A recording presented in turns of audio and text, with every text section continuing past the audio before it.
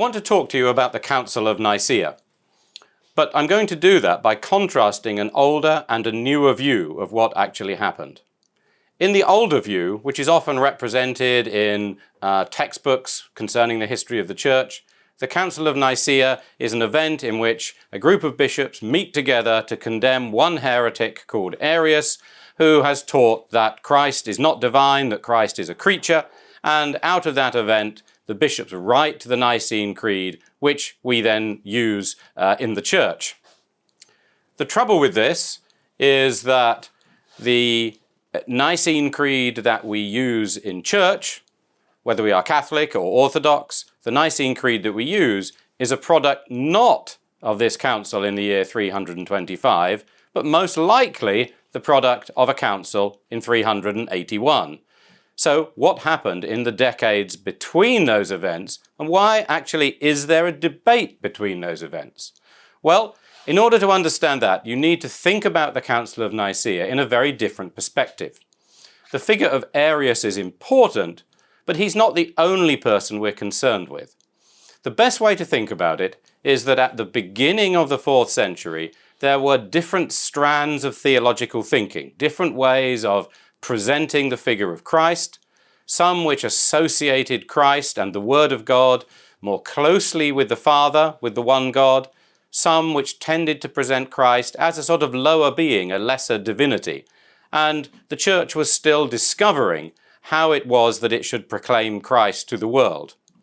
The significance of Arius and his dispute with his bishop Alexander in the great city of Alexandria, the significance of that dispute is not that Arius stood alone, but that he represented a much wider tradition. The battle that he started was a battle between different parties in the church across the Mediterranean. It was not simply a battle between one bishop and one priest. Arius, however, probably can be represented as teaching a fairly extreme version of what one might call a subordinationist doctrine of Christ, in which Christ is lower than the Father. Arius wanted to preserve the idea that Christians were monotheists by emphasizing that Christ is the first among the creatures, created before time as we know it, but the first among the creatures. He made very, very clear the way in which he subordinated Christ to the Father, and that, if you like, forced the discussion. His bishop, Alexander, was a person about whom we know surprisingly little. We don't know very much about his education. We have only a few letters from him. But his teaching is very clear. It relies on the simple principle that Father is one of the names of God. Father is eternally a name of God. And one of the simple truths of our existence is that if you are called Father or Mother, you must have children. You can be a human being, but not be a father or a mother if you do not have children. Alexander simply said, always Father, always Son. A simple principle. The names and relationships of Father and Son are simply eternal to the Godhead. He did not think that Christ was a part of God or divided off from God as a lower being. He thought that Father and Son were one in a mysterious unity beyond human comprehension, and that when the Word of God becomes incarnate in the world, God himself has descended to us. So his account of Christ is one which probably we should recognize as being very close to modern teaching, and yet very, very different from Arius. So these two figures came into conflict in Alexandria, and that conflict spread throughout the Eastern Mediterranean very, very quickly. It spread partly because Christianity at the same time had become legal in the empire, which meant that Christians could, to put it bluntly, argue in public. They could have the equivalent of a modern internet campaign conducted through public letters, and this conflict spread throughout the Eastern Mediterranean. The Emperor Constantine wanted Christians to come to some sort of unity, and so the Council of Nicaea was called. But the important thing about the Council of Nicaea is not so much that it produced a creed, but that it saw itself, I think, as having a very limited purpose. It saw itself as trying to indicate why Arius was wrong. The council was run by people of a very clear view. Christians, I think, have to say it was run providentially in that way, so that it would be clear that Arius was wrong. And so they drew up a statement of faith, a creed.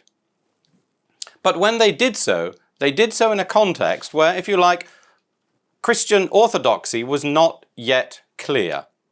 One of the great lessons of studying historical theology is recognizing that often boundaries in belief appear only as they are contested. It's only in the course of these great controversies that it becomes clear what is orthodoxy and what is heresy. So at the time, a lot of people thought Arius was wrong, a lot of people thought he was right, but through the event of the council, it gradually began to become clear that Arius' teaching was simply not acceptable to the wider church. The council fathers drew up a creed. It seems obvious to us what you do with a creed. You recite it in the liturgy. You confess it when you're baptized. But in the 4th century, no one really knew what to do with the Nicene Creed. Candidates for baptism memorized local creeds, which look very close to each other, but they have a local specificity. Bishops did not sign a creed when they were ordained as bishops. It was unclear what the canonical status of this document was, and so it's not surprising that historically it's not really mentioned for quite a few more years. One of the things that had to happen in the 4th century was the discovery of what a creed could do, what a universal creed could do. So, after the Council of Nicaea, the controversy over Arius, you might say, is over. But the controversy over theology is not over. People disputed the meaning of the Nicene Creed. Other people thought, well, okay, that was a creed which excluded Arius, but it doesn't sort of represent our wider, longer tradition. We will go on teaching what we have always taught. And so the disputes between different parties in the church continued for decades afterwards as people struggled to find out what it was clearly that the church should say. Part of that dispute was simply a dispute over what you do with a creed. Can you have one universal creed to which everyone will sign up? And it's not really, I think, until the 360s, so 35, 40 years after the Council of Nicaea, that it becomes clear to everyone that a creed is a very useful document, especially at an episcopal level, that bishops should sign up to this when they are ordained. It should act as a standard of belief. But what happened was, in the ebb and flow of debate over decades, different Christian parties would appeal constantly to emperors for support. Different emperors would trust different bishops. The interplay between theological argument and the practical realities of life in the world are constantly present. And it's not really until the 360s that you begin to see a clear alliance of different traditions coming together to say, this will be the Nicene faith. And you see parties with subtly different theologies, different favoured images and analogies and terminologies, beginning to coalesce around what they would call the Nicene faith, which is subtly different from the Creed. The Creed has one set of wording. The Nicene faith is that which the Creed points to and is a little bit more flexible.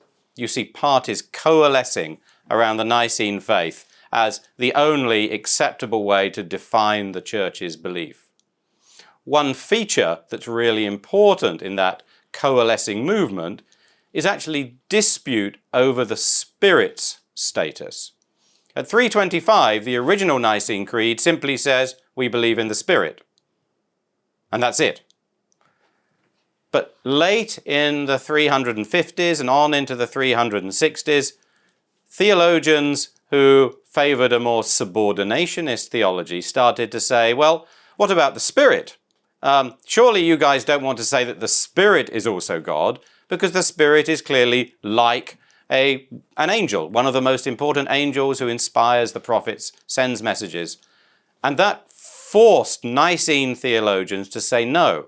Father, Son, and Spirit are together the one God, and each in themselves is the fullness of God. And a fully Trinitarian teaching begins to emerge as one of the great mysteries of Christian faith.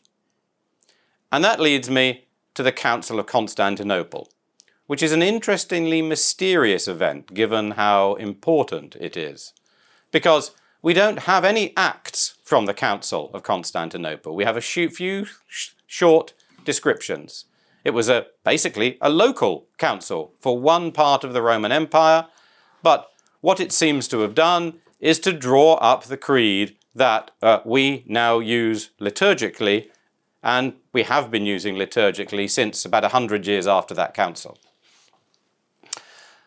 Is the Creed of Constantinople, that we often call the Nicene Creed, simply an adaptation of the original Nicene Creed? The answer, surprisingly, is probably not.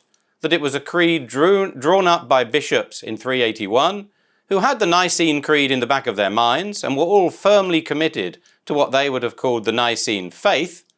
So they drew up a creed that looks a lot like the Creed of Nicaea, but probably was written from scratch. And that seems to be recognized in later church councils, who will often say, we confess the faith of the 318 fathers, by which they mean Nicaea, and the 150 fathers, by which they mean those who met in Constantinople. The most important thing about the Creed of Constantinople that we still confess today is that it spends time celebrating that the Spirit is worshipped and glorified with Father and Son. We don't need to get into disputes between East and West about what is later added to the Creed in the Latin version. What matters is that the Creed of Constantinople very clearly states that the Son is true God from true God, and that the Spirit is worshipped and glorified with Father and Son. And it's only really at that point, after 60 or 70 years of debate, that you can say the Church has recognized clearly enough the great mystery of the Trinity and why that mystery is so central to our confessions even today. Thank you.